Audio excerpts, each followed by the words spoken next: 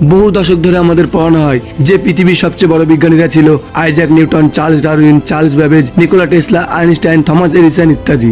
এদের আবিষ্কারের কয়েকশো বছর আগে হিন্দু ধর্মের ঋষিরা তাদের গ্রন্থে সমস্ত কিছু আবিষ্কারের তথ্য দিয়ে গিয়েছিলেন। সেই তথ্যগুলিকেই ফলো করে এই বিজ্ঞানীরা এত কিছু আবিষ্কার করে ফেলেছে।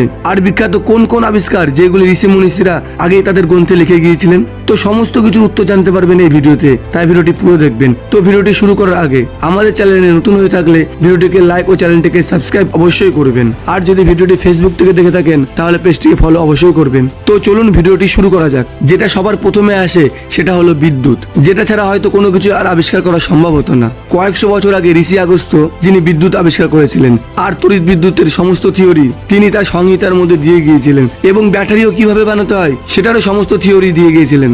আর সেখান থেকে থমাস এডিসন ও নিকোলা টেসলা এই তথ্যগুলিকে পেয়েছিল আর তড়িৎ বিদ্যুৎ আবিষ্কার করেছিলেন।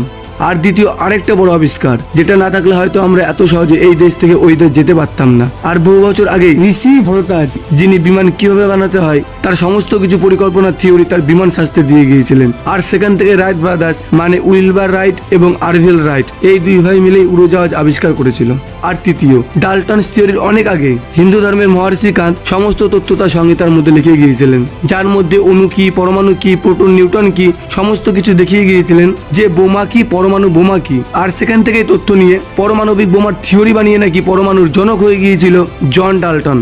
আর চতুর্থ, বহু শতাব্দী আগে আমাদের হিন্দু ধর্মের মধ্যেই চরক সুস্রোত প্রায় 1000-এরও বেশি চিকিৎসা করে তখনকার দিনে দেখিয়ে গিয়েছিলেন যে মেডিকেল সায়েন্স কি, মেডিকেল কি, যেটা আজকে বিজ্ঞানীরা ব্যবহার করছে, যেটা তার চরক সংহিতায় ও সুস্থ সংহিতার মধ্যে রয়েছে, যেটা আপনারা দেখতে পারেন। এবার বলুন এদের থেকে বড় বিজ্ঞানী আর কে হতে পারে, যেখানে 23 বছর বয়সে আর্যভট্ট শূন্য আবিষ্কার করেছিলেন এবং পৃথিবী যে গোল সেটা তিনি আগে বলে গিয়েছিলেন। আর কিছু বছর আগেই তো বিজ্ঞানীরা আবিষ্কার করেছে যে পৃথিবী গোল, তার আগে তো পৃথিবী চ্যাপ্টা থালার মতন ছিল, এই সব বলা হতো। কিন্তু বিজ্ঞানীর কয়েকশো বছর আগেই আমাদের আর্যভট্ট পৃথিবী গোল সেটা বলে গিয়েছিল। এছাড়া অনেক ঋষি আছে যারা কি কি আবিষ্কার করেছে সেটা বলতে গেলে হয়তো ভিডিও শেষ হবে না। আর এরকমই অনেক কিছু আবিষ্কার করেছিল যেগুলো শুনলে আপনি হয়তো অবাক হয়ে যাবেন। আর আমি ছোট্ট একটা ভিডিওর এক্সাম্পল দিয়ে আপনাদের বোঝাতে চেয়েছি আজকে যারা বিজ্ঞান করে লাফায় যে বিজ্ঞান তো বিদেশে আবিষ্কার হয়েছে, তাদের উদ্দেশ্যে বলতে চাই, আরে বিজ্ঞান কোথা থেকে এসছে, কোথা থেকে তথ্য চুরি করে বিজ্ঞানী আজ এত উন্নত হয়েছে?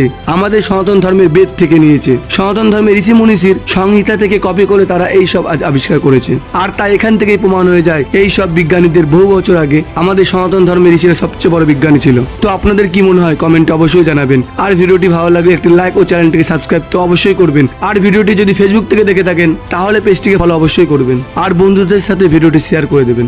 আর এই যে বাংলাদেশে এত বড় ঝামেলা হলো সেটার উৎপত্তি কোথা থেকে, তো পুরো ডিটেলসে ভিডিওটিতে বলেছি। আপনার যদি ইন্টারেস্ট থাকে যে বাংলাদেশে ঝামেলা কিভাবে শুরু হয়েছিল তাহলে স্ক্রিনে দেওয়া ভিডিওটি অবশ্যই দেখবেন। আশা করি ভিডিওটি আপনাদের ভালো লাগবে।